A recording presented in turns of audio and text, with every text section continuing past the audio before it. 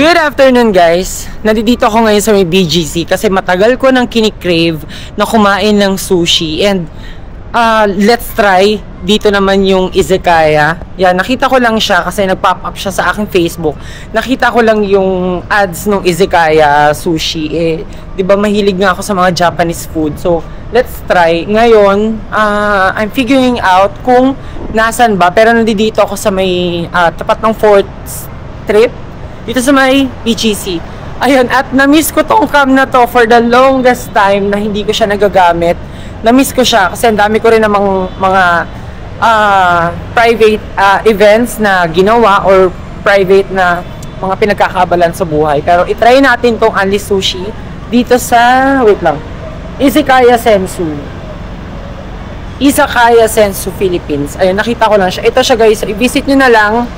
Yan. And wait, nasa hanapin ko lang. Ayun.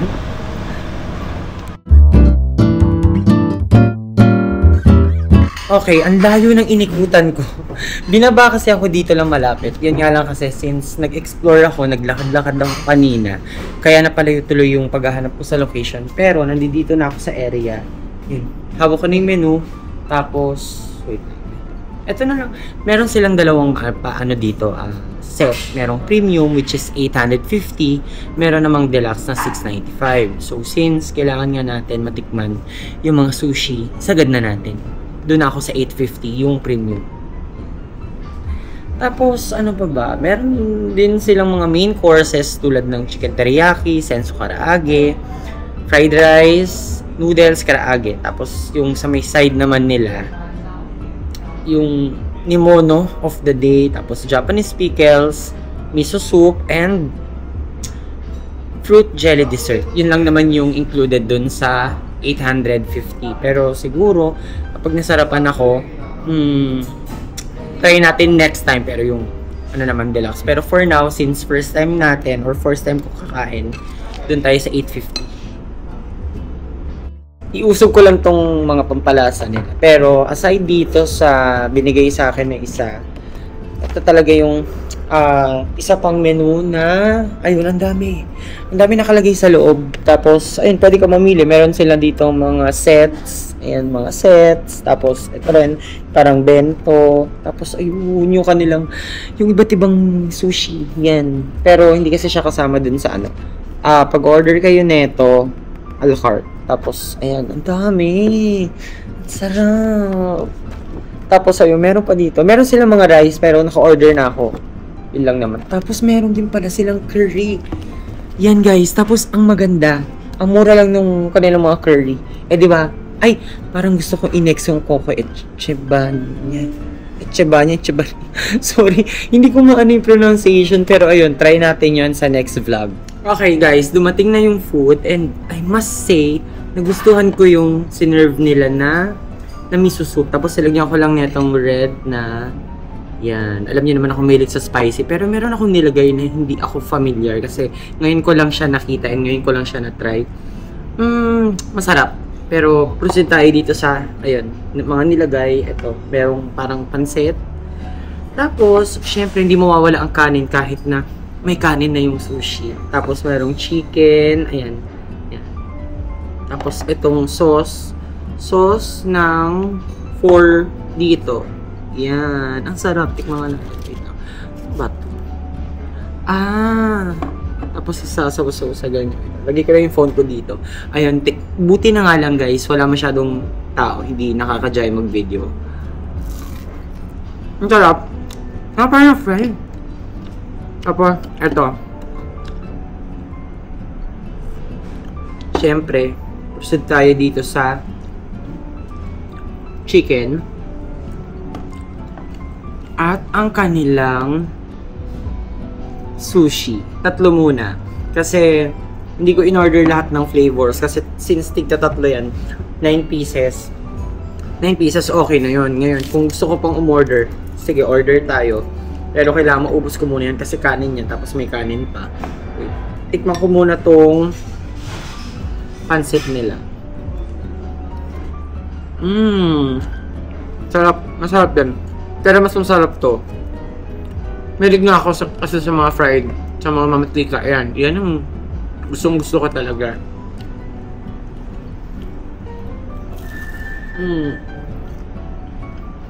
Masarap. Ngayon guys, nagpaplano ko kung ipapursue ko ba yung pag-vlog sa mga kinakainan ko or wala. Basta comment down below kung nagustuhan nyo yung ganitong style. Wala lang. Pagising ko kasi kanina umaga, parang gusto ko lumabas since ako lang naman mag-isa. Why not na i-treat ko naman yung sarili ko kumain sa labas. And syempre, mag-vlog.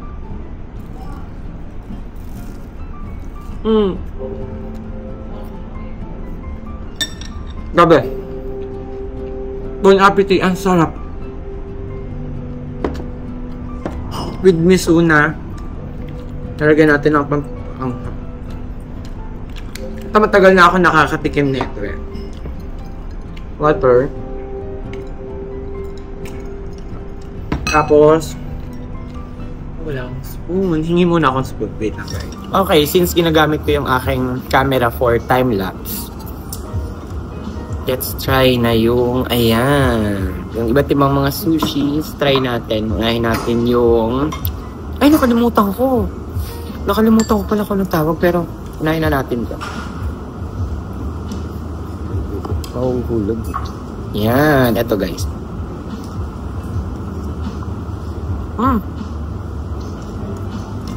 Pakasarap.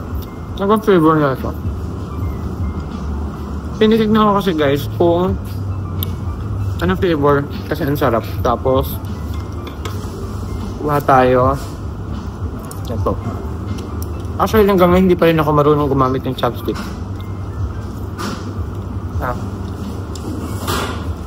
Yung pink. Parang garlic ata. Tapos try naman natin tong yan.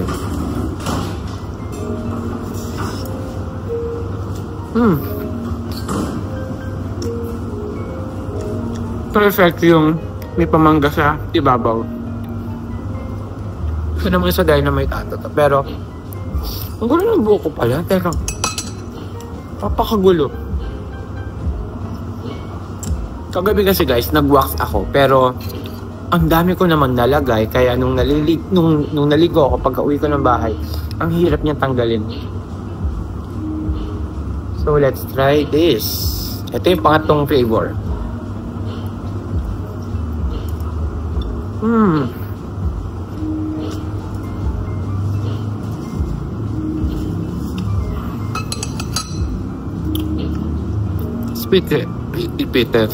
Speechless. Ayun, ang sarap talaga. Okay yung food, okay yung sushi. Para ko nasa Japan.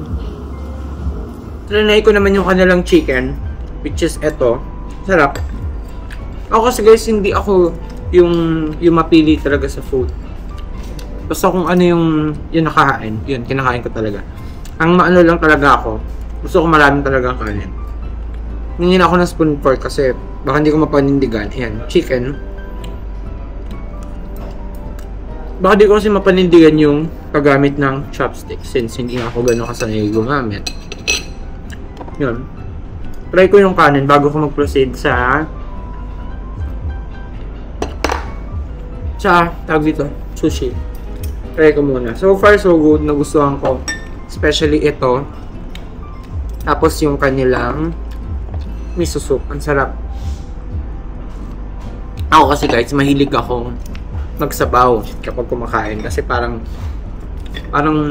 nafe-feel ko ba kapag ganitong tuyo yung mga food, gusto ko meron talagang sabaw para mas nangunguya ako at mas lumalabas yung flavor. Pag may sabaw lang naman, sa akin lang naman yun.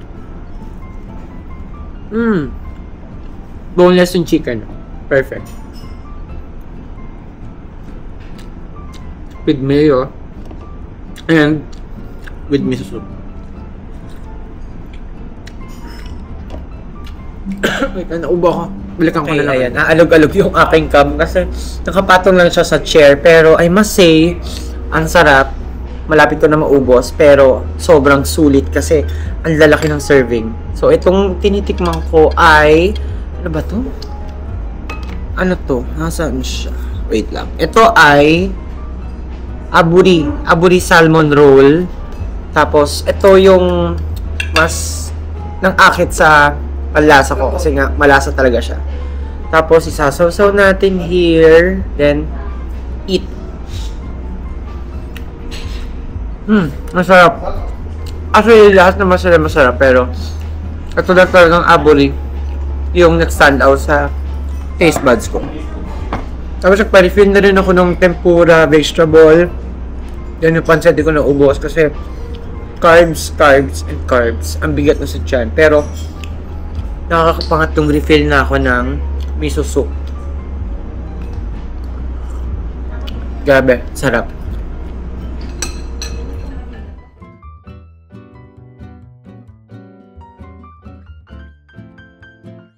I am ready for round 2. And kanina guys, sabi ko, di ba, ang sarap niya itong... Ano ba to? Teka nga. May tawag dito eh, hindi ko alam. Pero, looks like okoy, pero ito siya. Wait. Ano yun? Wala dito eh. Wala nakalagay, pero ano nga yung sabi kanina? Crab roll? Basta ito. Ito kasi siya. Yan. Ang sarap. Tapos yung kanyang sauce. By the way, nagpa-refill na ako kasi ang pinaserve ko kanina, salmon roll, dragon roll, tsaka dynamite roll. Pero ngayon, since nagustuhan ko yung aburi salmon roll, ang in-order ko naman is yun, tapos yung isang crazy roll. Siguro after ko maubos yun, baka itry ko yung kimchi, pero I'm not a fan of kimchi kasi, kaya let's see kung ma-order ko yun. Pero meron pa naman ako natitirang 2 peraso na lang. So maubos ko yan guys, bago magkaanuhan dito. Grabe, ang dami ko nakain. Basta Japanese food, hindi ako masyadong makanin. Yung kanin kanina, yun na yun. Okay na ako doon. Hindi na ako ihingi. Kasi, may kanin na rin naman yung sushi. Bumibigat lang yung load ng food kapag nag-order pa ako ng kanin. Baka hindi ko maubos. Pero ito, the best. Ang sarap. Actually, umorder pa ako ulit eh. Pang-apat ko na. Hindi, pangatlo pa lang. Pangatlo pa lang pala. Then, ito masarap. May mango sa ibabaw. Yan, kain. Kanina hindi ko nagustuhan yung parang garlic ba yun? Yung color pink dito. Pero, nung nilagay ko siya sa toyo, sumarap naman siya.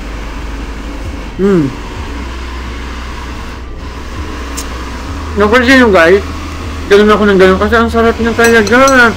Pero ba, dito pala, nasa yung ganyan kasi aside sa Japanese restaurant siya, aside sa Japanese restaurant siya, pwede ka rin dito order ng beer kasi meron silang beer. Meron silang bar actually, ayun.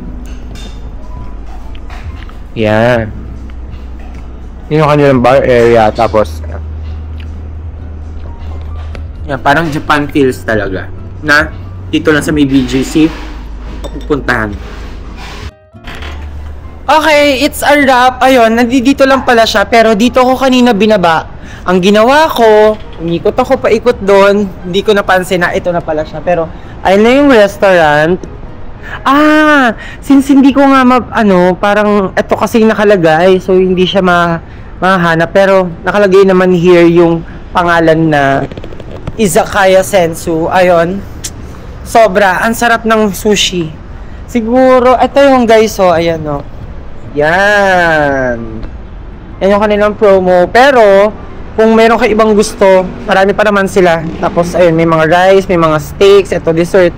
Hindi na ako nag-dessert kasi baka na naman mag-trigger yung sakit ng aking lalamunan. Pero, ayun, niwasan ko lang. Hindi ko alam kung saan ako ngayon. Ay! Wala na yung dati namin pinagbabar dito sa may BGC, which is ito. Wala or inayos lang. Yan. So far, ayan. Ano dito lang siya guys, ang ipin nyo na lang, actually, masasearch nyo naman sa Waze yung restaurant. Pero, let's check. Ako lang mag-isa solo mode ako na kumain dito sa may BGC. Yan, parang me time, alone time lang kasi parang kailangan ko na rin kasi talagang gawin yung mga ganong alone time. Pero, tsaka na tayo chichika kung ano nangyari. Hindi muna ako pwedeng nag-ano-ano ngayon. Pag bibigay na information agad, hindi ko pa nako-confirm. Pero, lalakad na lang ako. Hindi ko alam kung saan ako abutin ng aking paglalakad. Oh, Gentle Monster. Gusto ko sanang pumunta sa Gentle Monster. Kaya lang, nakapunta na kasi ako before. So, paulit-ulit na lang yung makikita sa vlog.